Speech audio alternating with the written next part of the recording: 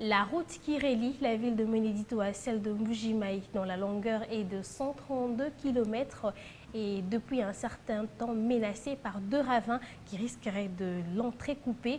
Vu l'abondance des précipitations ces derniers temps, ces ravins avancent petit à petit vers la route nationale au grand silence des autorités concernées.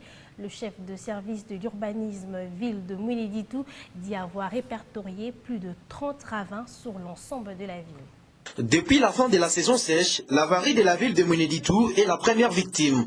Après chaque pluie qui tombe sur cette partie de la province de Lomami, un ravin se déclare quelque part. Plus de 30 ravins ont été répertoriés par les services de l'urbanisme et habitat sur l'ensemble de la ville de Mweneditu. Mais ce qui inquiète la population ditoise, c'est le déravin situé dans la commune de Mweneditu qui menace déjà d'entrecouper la route nationale numéro 1 sur son tronçon Mbujimayi-Mweneditu. Le premier ravin, dit Kamouche, est constaté en plein centre-ville de Mweneditu, à quelques mètres du bureau de l'auditorat militaire, et celui-ci mesure plus de 4 km de longueur et plus ou moins 25 mètres de profondeur. Le second se trouve à la sortie de la ville en dépassant l'ancien poste de péage. Et pourtant cette route permet les échanges entre la province du Kasaï oriental et celle de la Lomami. À la question de savoir qu'est-ce qui serait à la base de la multiplicité de ravins en Mweneditu, l'ingénieur Adolphe Kalinga, chef de bureau urbain de l'urbanisme ville de Mweneditu, nous précise. Oui, ça fait longtemps que la ville est urbanisée.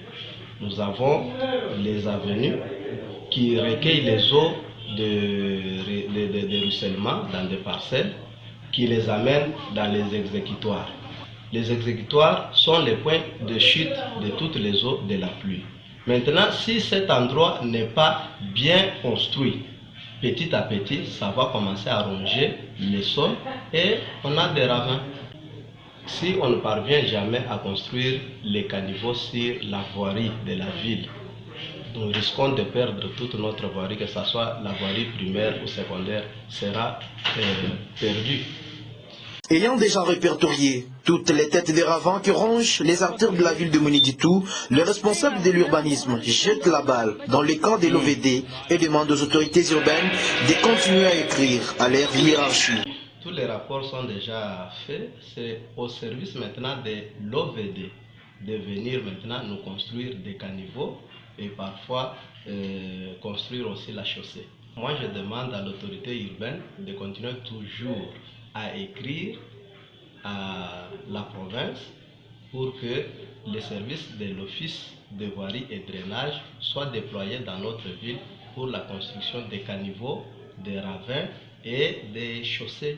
Outre ces ravins, signalons que la ville de Mweneditu fait également face à nos jours aux bourbiers et nids de poules.